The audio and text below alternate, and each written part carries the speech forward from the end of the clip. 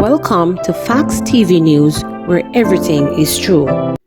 Man shot at intersection of Dunrobin Avenue and Constant Spring Road. A man was reportedly shot at the intersection of Dunrobin Avenue and Constant Spring Road in St. Andrew Friday afternoon. The identity of the man and his condition has not yet been confirmed. The man, who is believed to be a windscreen wiper, was reportedly injured during a confrontation with a licensed firearm holder. Policeman badly hurt after being hit from motorcycle. A police corporal attached to the Public Safety and Traffic Enforcement Branch has been hospitalized in serious condition following a motor vehicle mishap in downtown Kingston on Friday morning. Corporal Davis Forrester suffered major injuries to his leg after being knocked off his motorcycle along King Street. Assistant Commissioner Gary McKenzie told reporters that Corporal Forrester was dressed in uniform and driving his marked police vehicle in a southerly direction along King Street. When he got to the intersection of King Street and Tower Street, a panel van coming from Tower Street collided with the motorcycle. Corporal Forrester fell and was injured. The injured corporal was rushed to hospital into emergency surgery as doctors tried to save his leg. Corporal Forrester is usually heard providing traffic updates during Radio Jamaica roving reports on Wednesday mornings. Man charged for allegedly breaking into church in St. Anne. A St. Anne man was charged with sacrilege after allegedly breaking into a church in Ottawa, St. Anne and stealing items. He is 30-year-old beach attendant Mary Thomas of Innswood in Spanish Town, St. Catherine. The police say about 3 p.m. on June 6, a man securely locked the church and left.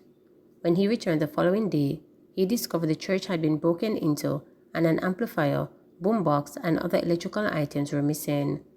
The police were alerted, and on their arrival, a group of men was seen running from the premises. An investigation was launched, and Thomas was arrested after the items were allegedly found in his possession. He was subsequently charged on Thursday. Rifles, ammo, and ballistic vests seized in Mountain View. Detectives assigned to the Counter-Terrorism and Organized Crime Investigations Branch CTOC seized 2 rifles and several rounds of ammunition during an operation on Rockets Road in Mountain View, Kingston. A man was arrested. The police report that about 8:25 a.m., the team conducted an operation at a house and the following items were seized: 2 high-powered rifles, 28 5.56 mm cartridges, 42 9mm cartridges, 1 7.26 cartridge, 3 ballistic vests. The identity of the man in custody is being withheld pending further investigation. Chuck calls on the Integrity Commission to apologize to public officials for its behavior. Justice Minister Delroy Chuck has stated that the Integrity Commission lacks integrity and should apologize to public officials for its behavior. He was speaking in Parliament on Wednesday in response to comments from former National Security Minister Robert Montague about the Integrity Commission's report regarding the issuance of gun license on appeal by the Firearm Licensing Authority and the Commission's tabling of an addendum following a challenge by former National Security Minister Peter Bunting. Chuck cited the matters related to Petrojob, Prime Minister Andrew Holness, and the Code of Conduct as examples of questionable behavior by the Commission. He chastised the Commission for being biased and unfair. He said the Commission needs to get its acts together. And where we have a commission that is supposed to act to ensure that corruption is identified and removed, it should get our support, yes. But we cannot, in a situation where it appears that the commission is not acting fairly and equitably. The commission is not beyond criticism. The commission has demonstrated a certain bias, a certain unfairness, which demonstrate that this Integrity Commission lacks integrity. And with due respect, Madam Speaker, you can give repeated instances. It is clearly acting in a manner which has been perceived by the people of Jamaica as not being fair. And the sooner it gets its act together, the better for Jamaica. And if it can't get its act together, it is time for them to take action in the interest of the Jamaican people, because the people of Jamaica and this Parliament, certainly on this side of government, don't have trust and confidence in its report. When it can publish a report and a year later revise it, and at the same time not comprehensively revise it. What is happening, Madam Speaker? What is the equity in revising a report when you do it for a member but not another member? The Integrity Commission needs to apologize to the people of this country for its behavior. Homes and fire station flooded in St. Elizabeth.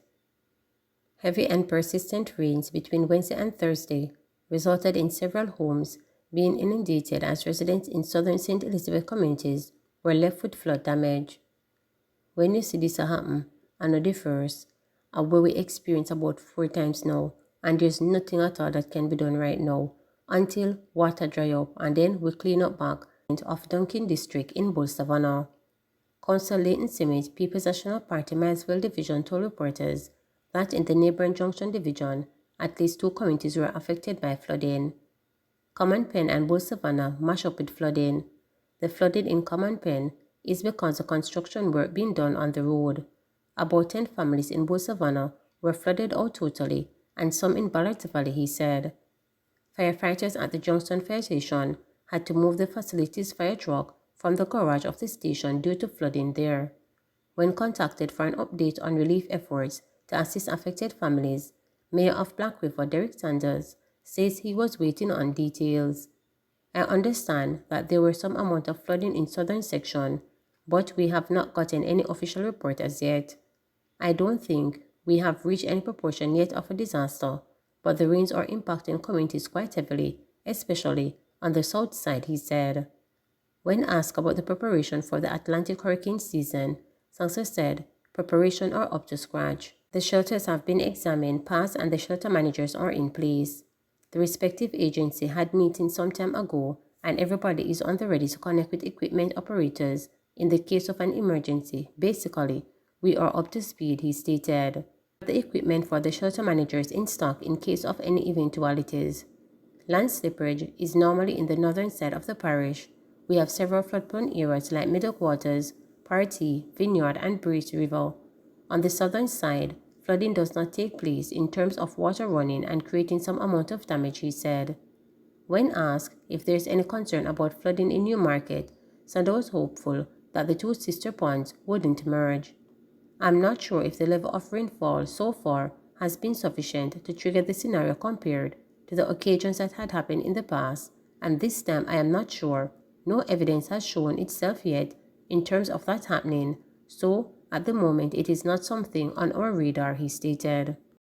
6 homeless after fire destroys houses in Golden Spring.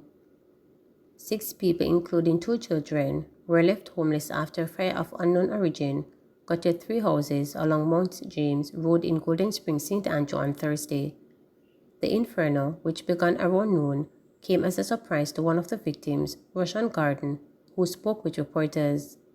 He says he was not at home at the time and was alerted by a friend. I was in Golden Spring Square and one of my friends called me and said them see fire at the house. By the time I reached up there, fire took over the entire house, Garden told reporters. Garden, who lives with his 2-year-old child and spouse, said they lost everything. TV, fridge, furniture, stove, bed, clothes, birth paper, certificate, all my sister's house burned down too, Garden said. He has since made a makeshift shelter to house his family in the interim, but says he could use all the help he can get. I had applied for a longer time to get help with housing, but I don't hear anything from them, Kingston and St. Andrew Municipal Corporation, Garden said. He commented the work on the fire brigade. Them never come quick, but when them reach, them do a good job, he said.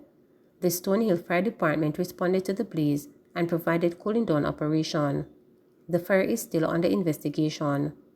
The fire reportedly started in the back room and quickly spread to the other sections and adjoining houses.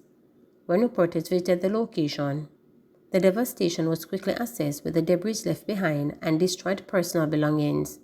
Novette Pinnock, the sister of 2 of the fire victims, said while the residents attempted to help salvage some items, more could have been saved if an alarm was raised earlier.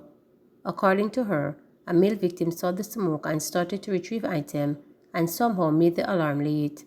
Pinnock said he was there and couldn't answer because he was drawing out his stuff. The fire got away and burned down the place. People close by could help save the place. She said she is sad that her siblings lost all their belongings, and although she was at home doing work, the noise prevented her from being aware of the fire being so close. The fire didn't affect my house. I live next door. I literally watched the house burn down. I couldn't go to work the other day.